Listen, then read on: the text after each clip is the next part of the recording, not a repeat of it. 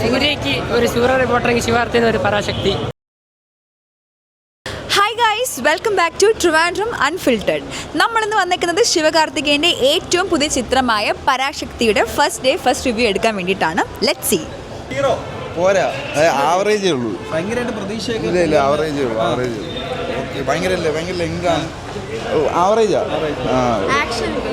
ആക്ഷനൊക്കെ ഉണ്ട്. 10-27 കട്ടർ കഴിഞ്ഞിട്ടും പടമുണ്ട് 3 മണിക്കൂർ. ഈ സെൻസർ അണ്ണന്മാരി ആവശ്യമില്ലാത്ത ഈ പാട്ടും കുറേ പാസ്സും ഒക്കെ എടുത്ത് കളഞ്ഞിട്ട് നല്ല നല്ല സാധനങ്ങളിട്ട് അതൊന്നും മ്യൂട്ടാക്കാതെ ഇട്ടാൽ കണ്ടുകൊണ്ടിരിക്കുന്നവർക്ക് കുറച്ചുകൂടെയൊക്കെ ഒരു എൻ്റർടൈൻമെൻറ്റ് കിട്ടും. ഇത് ആവശ്യമില്ലാത്ത പാട്ടൊക്കെ അണ്ണന്മാർ സെറ്റ് ചെയ്ത് വിടുകയും ചെയ്യും, ആവശ്യമുള്ളതൊക്കെ മ്യൂട്ട് ചെയ്തും കട്ട് ചെയ്ത് വിടും. അതിൻ്റെ ഒന്നും ആവശ്യമില്ല. പടം ഇല്ല, ആണ് ഇടയ്ക്ക് സംസാരിക്കുന്നതിൻ്റെ ഇടയ്ക്ക് മ്യൂട്ട് വരുന്നുണ്ട്. അതിൻ്റെയൊക്കെ ആവശ്യം എന്തിനാണ്? പടം പൈസ കൊടുത്താണെന്ന് നമുക്ക് ബുദ്ധിമുട്ടില്ലെങ്കിൽ പിന്നെ അതിൻ്റെ ആവശ്യമൊന്നുമില്ല. പടം ഓക്കെയാണ്, അത്രയേ ഉള്ളൂ. വില്ലനിസം നന്നായിട്ട്, അതെ വില്ലനിസം നന്നായിട്ട് വന്നിട്ടുണ്ട്. പുള്ളിയുടെ പുള്ളിയുടെ വില്ലൻ ക്യാരക്ടറും അറിയപ്പെടും. പുള്ളിയുടെ ഒരു ആറ്റിറ്റ്യൂഡൊക്കെ അങ്ങനെ കുഴപ്പമില്ല, പക്ഷേ ഭയങ്കര ഇമോഷണലായിട്ട് ഓവർ ആവുന്ന പോലെ തോന്നുന്നു. അത്ര ഇഷ്ടപ്പെട്ടില്ല. ഡ്രാമ ഫീൽ ചെയ്തു. പിന്നെ ഫൈറ്റ് സീൻസ് ഒക്കെ ഭയങ്കര ഓവറായിട്ട്. നല്ല സിനിമയാണ്. സെക്കൻഡ് ഹാഫ് നല്ല വിറുവിറുപ്പായിട്ട് പോയിട്ടുണ്ട്. എങ്ങനെയാണ്? സെക്കൻഡ് ഹാഫ് നല്ല വിറുവിറുപ്പായിട്ട് പോയിട്ടുണ്ട്. ഉണ്ടല്ലേ?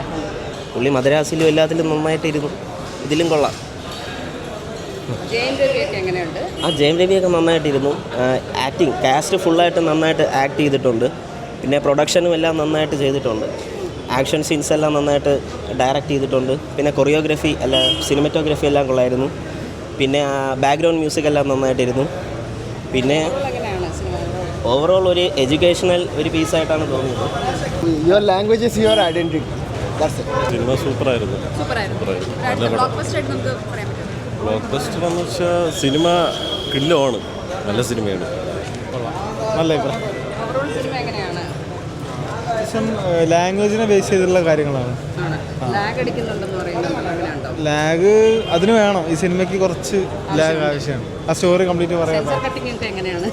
സെൻസർ കട്ടിങ് ഇല്ലാന്ന് തോന്നുന്നു സിനിമയിൽ. എടുത്തു പറയണമെന്ന് പറഞ്ഞാൽ ഒരു കാരണവശാലും ഞാൻ ആക്ഷേപിക്കുകയല്ല, തമിഴന്മാർ ചെയ്യേണ്ട ഒരു സിനിമയല്ല. ആദ്യം അവരുടെ കക്ഷത്തിലുള്ള കുരു എടുത്തിട്ട് വേണം ബാക്കിയുള്ളവൻ്റെ മണ്ടയിലുള്ള പേനെടുക്കാൻ വേണ്ടി. അതാണ് എനിക്ക് ഈ സിനിമ കണ്ടതിനെ കുറിച്ച് പറയാനുള്ളത്. ആദ്യം അവരുടെ കക്ഷത്തിലെ കുരു എടുക്കണം. മറ്റുള്ള ഭാഷക്കാരെ കളിയാക്കിയല്ല, കാരണം അതിൻ്റെ ഒരു യൂണിറ്റിനെ കുറിച്ചിട്ട് തന്നെയാണ് സംസാരിക്കുന്നത്. പക്ഷേ അവരാലോചിക്കേണ്ട, ഇവിടുന്ന് ഒരു തമിഴ്നാട്ടിലേക്ക് നമ്മൾ പോകുന്നു, ഏതെങ്കിലും ഒരു ബസ്സിൻ്റെ ബോർഡ് തമിഴിലല്ലാതെ വേറെ ഏതെങ്കിലും ഒരു ലാംഗ്വേജിൽ വായിക്കാൻ പറ്റുന്നുണ്ടോ നമുക്ക്? സിനിമയുടെ തുടക്കത്തിൽ ഭയങ്കര ലാഗായിരുന്നു. ഞാൻ കുറച്ച് നേരം ഉറങ്ങിയായിരുന്നു. പിന്നീട് ഒരു ഇൻ്റർലോട്ട് പഞ്ചിങ് ആയിട്ടാണ് പടത്തിന് ഒരു ഉണർവ് വന്ന് തുടങ്ങിയത്.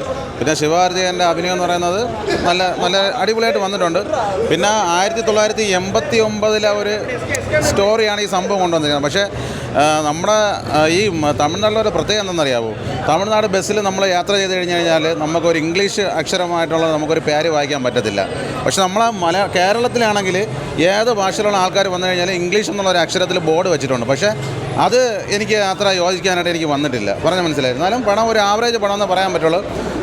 പിന്നെ 89 ഒരു സ്റ്റോറി എടുത്തിട്ട് അങ്ങോട്ടും ഇങ്ങോട്ടൊക്കെ പറയാം. അത് പിന്നെ കുറച്ച് കാര്യങ്ങളൊക്കെ പറയാനുള്ളൂ. പിന്നെ കുഴപ്പമില്ല, നല്ല പെർഫോമൻസ് ആയിരുന്നു. അപ്പോൾ അത് സപ്പോസ് ഇപ്പോൾ ഒരു മലയാളി പോകുന്നു, എന്നിട്ട് എല്ലാവർക്കും ഇവിടെ വന്നു കഴിഞ്ഞാൽ, നമ്മുടെ മലയാളത്തിൽ വന്നു കഴിഞ്ഞാൽ നമ്മൾ നാനാത്വത്തിൽ ഏകത്വം എന്ന് പറയുന്ന ആൾക്കാരാണ് അല്ലേ? ഇവിടെ മലയാളത്തിൽ വന്നു കഴിഞ്ഞാൽ ഒരാളും കേരളത്തിൽ വന്നു കഴിഞ്ഞാൽ ഒരാളും ആ വഴിക്ക് പോകാറില്ല. ഭാഷ അറിയില്ല എന്ന് പറഞ്ഞാൽ ഇവിടെ ഒന്നും ബുദ്ധിമുട്ടില്ല. തമിഴ്നാട്ടിൽ അങ്ങനെയാണോ? അങ്ങനെയുള്ളവനാണ് ഇങ്ങനെയുള്ള സബ്ജക്റ്റ് സംസാരിക്കുന്നു എന്നുള്ളൊരു വിരോധാഭാസമുണ്ട്. ആവറേജാണ്. എൻ്റെ ഇതിൽ ആവറേജ് എന്ന് പറയാൻ പറ്റില്ല. അതല്ലേ പറഞ്ഞാൽ ബസ്സിൻ്റെ ബോർഡ് ഒരു ഇംഗ്ലീഷ് അക്ഷരമെങ്കിലും തമിഴ്നാട്ടിൽ വെക്കണ്ടേ? അല്ലെങ്കിൽ പിന്നെ എന്തോന്ന് തമിഴരാണ്, നമ്മളെ മലയാളികളുണ്ടല്ലോ അഭിമാനിക്കും. പിന്നെ ലാംഗ്വേജ് മൂവിയാണ്. പിന്നെ അതുപോലെ നമ്മൾ മലയാളികൾക്ക് അഭിമാനിക്കാൻ പറ്റിയ ഒരു നടനെന്ന് പറയുന്നത് നമ്മളെ ബേസിൽ ജോസഫ് ഉണ്ട്. നമുക്കൊന്ന് കൈയടിക്കാനുള്ള ഒരു സാധനം നമ്മൾ ബേസിൽ ജോസഫ് കൊണ്ടുവന്നിട്ടുണ്ട്. നമ്മൾ മലയാളത്തിന് ഒരു അഭിമാനമായിട്ട് കൊണ്ടുവന്നിട്ടുണ്ട്. എന്നാലും നല്ലൊരു പടം എന്ന് പറയാനേ പറ്റുള്ളൂ. എന്നാലും ആവറേജാണ്. വിജയിക്കട്ടെ എന്ന് പറയുന്നത്. സൂര്യയ്ക്ക് ഒരു സൂര്യ റിപ്പോർട്ടറിംഗ് ശിവാർത്തിന് ഒരു പരാശക്തി. നൈസ്. നമുക്ക് പ്രിയപ്പെട്ടവരൊക്കെ ഒരു ക്യാമിയോ റോളൊക്കെ ആയിട്ട് വരും. കൊള്ളാം. മൊത്തത്തിൽ നല്ലപോലെ ഇഷ്ടപ്പെടും. സുധാ കൊങ്കര നല്ല വൃത്തിക്ക് നല്ല കിടിലം പടം തന്നെ എടുത്തിട്ടുണ്ട്. എല്ലാവർക്കും അങ്ങനെ ഇഷ്ടപ്പെടും.